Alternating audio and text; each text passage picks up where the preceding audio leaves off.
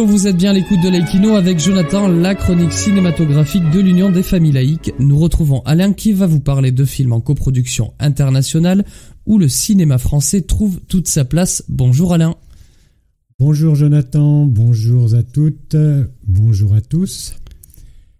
Le cinéma français jouit d'une exception culturelle notoire au regard d'autres pays européens ou étrangers. En effet, de nombreuses coproductions permettent d'être visionnées tant en France qu'à l'étranger, ce qui offre aux spectateurs des fenêtres sur d'autres cultures. Je voudrais illustrer mon propos en vous parlant aujourd'hui de 3 films réalisés en coproduction avec la France.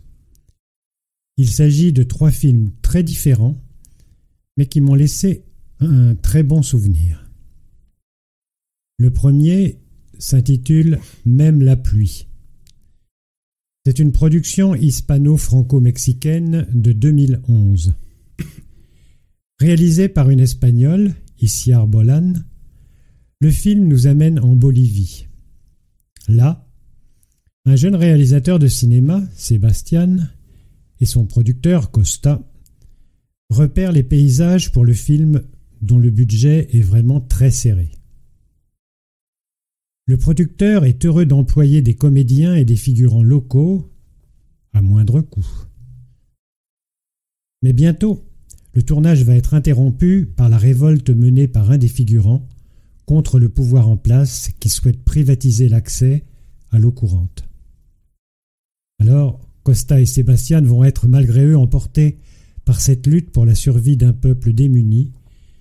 Ils devront choisir entre soutenir la cause de la population et la poursuite de leur propre entreprise sur laquelle ils ont tout misé.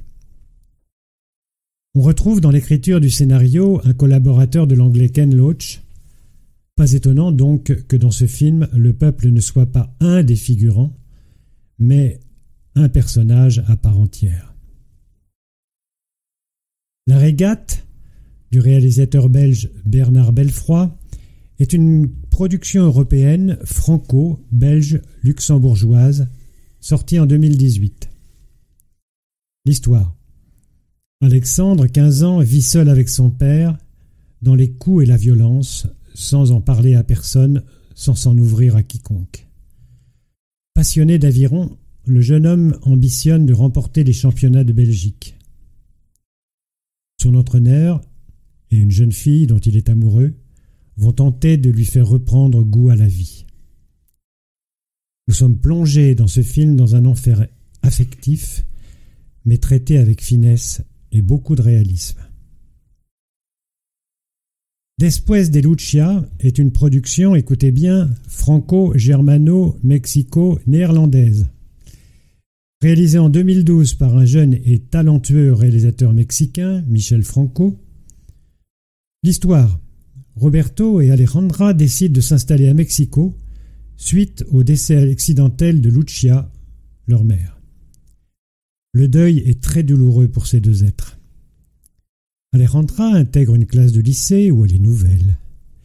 Elle est jolie, elle est brillante, elle suscite la jalousie et va se retrouver dans la spirale infernale du harcèlement, d'autant qu'elle ne va pas pouvoir s'en ouvrir à son père afin de lui épargner encore une autre souffrance. C'est un film difficile, dont on sort, je vous le dis, profondément marqué par la violence sourde et presque invisible du harcèlement. Le dernier plan séquence est vraiment bouleversant. Voilà, bon film, et puis à bientôt pour une nouvelle chronique.